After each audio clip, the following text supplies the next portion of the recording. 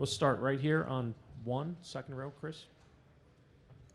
Chris Mannix, Sports Illustrated. Mitch, last 3 years, as Vic has, evolved, like how have you seen defenses change with how they've tried to defend him?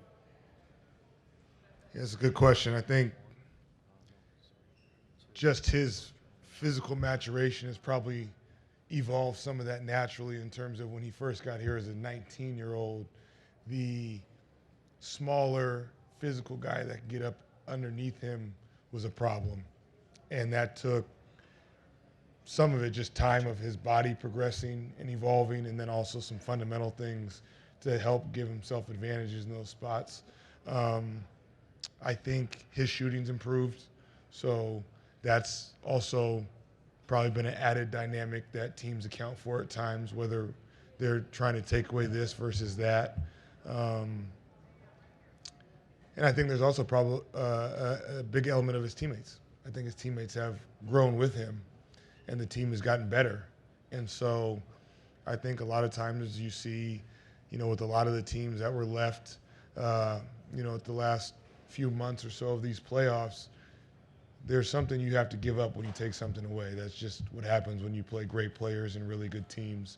And so a lot of times those decisions aren't made in a vacuum in terms of not only the player, but then there's a ripple effect typically of what that could lead to for the team and what you may open yourself up to, and then what you're going to be a little bit more committed to knowing that's okay because we're going to take this away.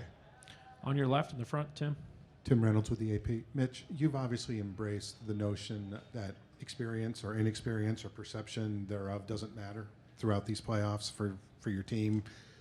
How much do you see the symmetry in that it applies to you as well, that this is also your first time going through this in this role? Are you appreciating the fact that you're sort of proving that experience is what you make of it? Not to get into a rabbit hole, but I do think experience matters. I just think a lot of times we use the term anticipating or expecting the use of it, not necessarily knowing how it's going to be used. So I draw upon a ton of experiences, not as a head coach in the NBA, but I've been around the game of basketball for 30 plus years. And so I just think at times there's a lot of things that we talk about every single day more than experience. When we were met as a team in October until June 1st, if we kept track of the amount of times we talked about, again, I've said this, not to be redundant, but habits, consistency, execution, fundamentals, attention to detail, style of play, brand of basketball, et cetera, et cetera, et cetera. We've said all those words probably 100 times more than the word experience.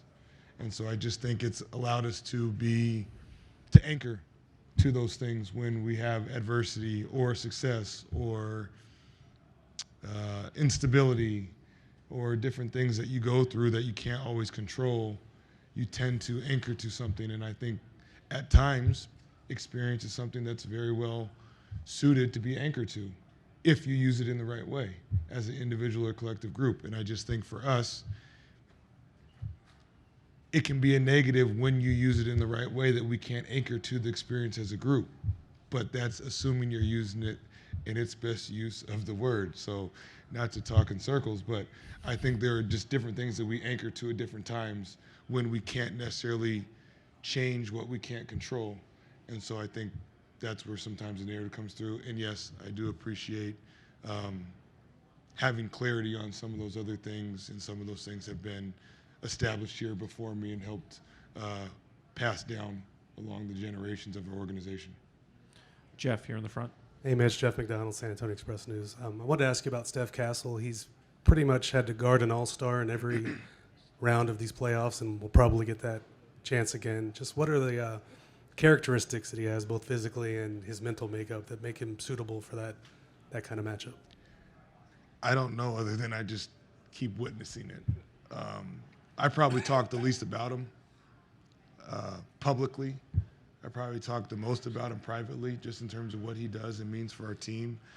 I'm not talking about performance because I don't want to get crucified, but in terms of output of energy, when you think about what he's doing defensively and offensively, it takes you to some really rare territory of names that you may not want to say. in terms of because you're not comparing him to that person or this person, but the output of energy in terms of what he does defensively and offensively. It's similar to Victor in the terms of he's basically in the middle of every single play for us offensively or defensively, but he's on the basketball. So, that's, some very rare air just in terms of output of energy. And then you start talking about the quality that he's doing it.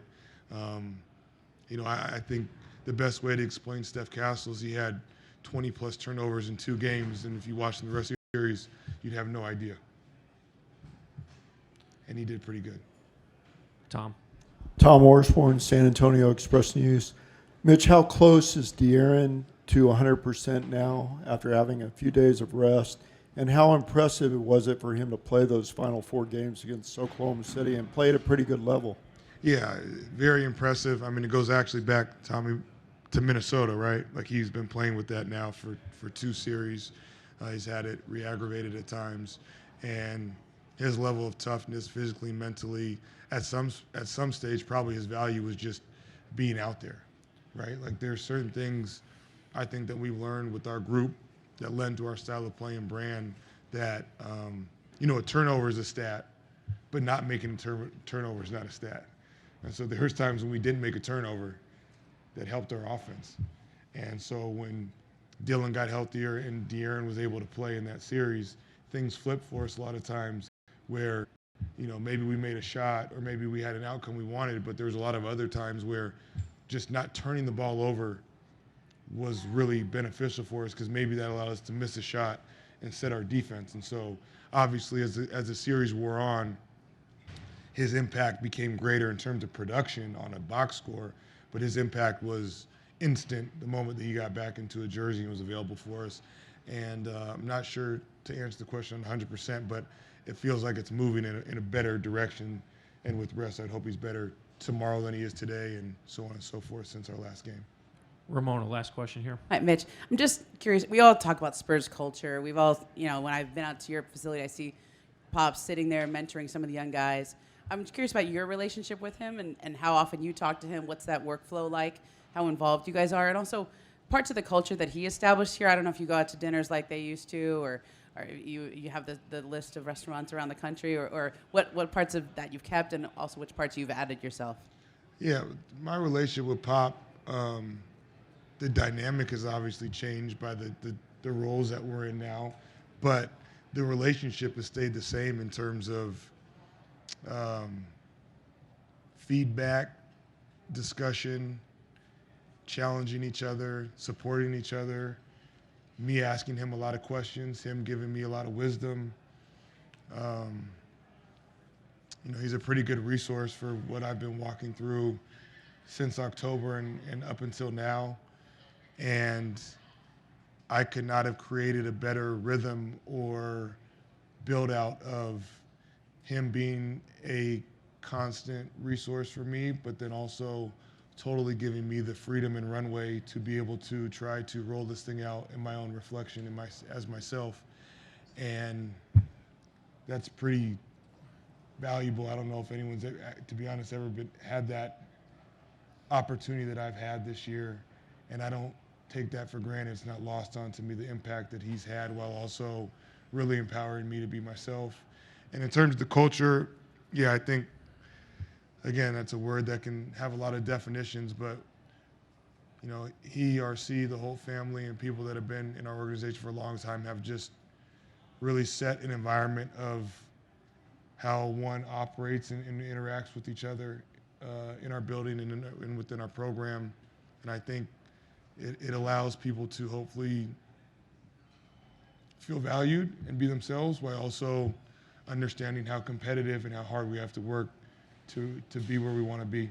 And I think there's quite a few of us, Peter, John, Brian, and myself now as the leaders, along with Victor and the players that are trying to maintain and sustain that while also being okay with modernizing things as we go. So my restaurant list and wine list may not be the same as Pop's, but yeah, we're trying to connect it all and, again, just keep writing new chapters. Thank you, Coach.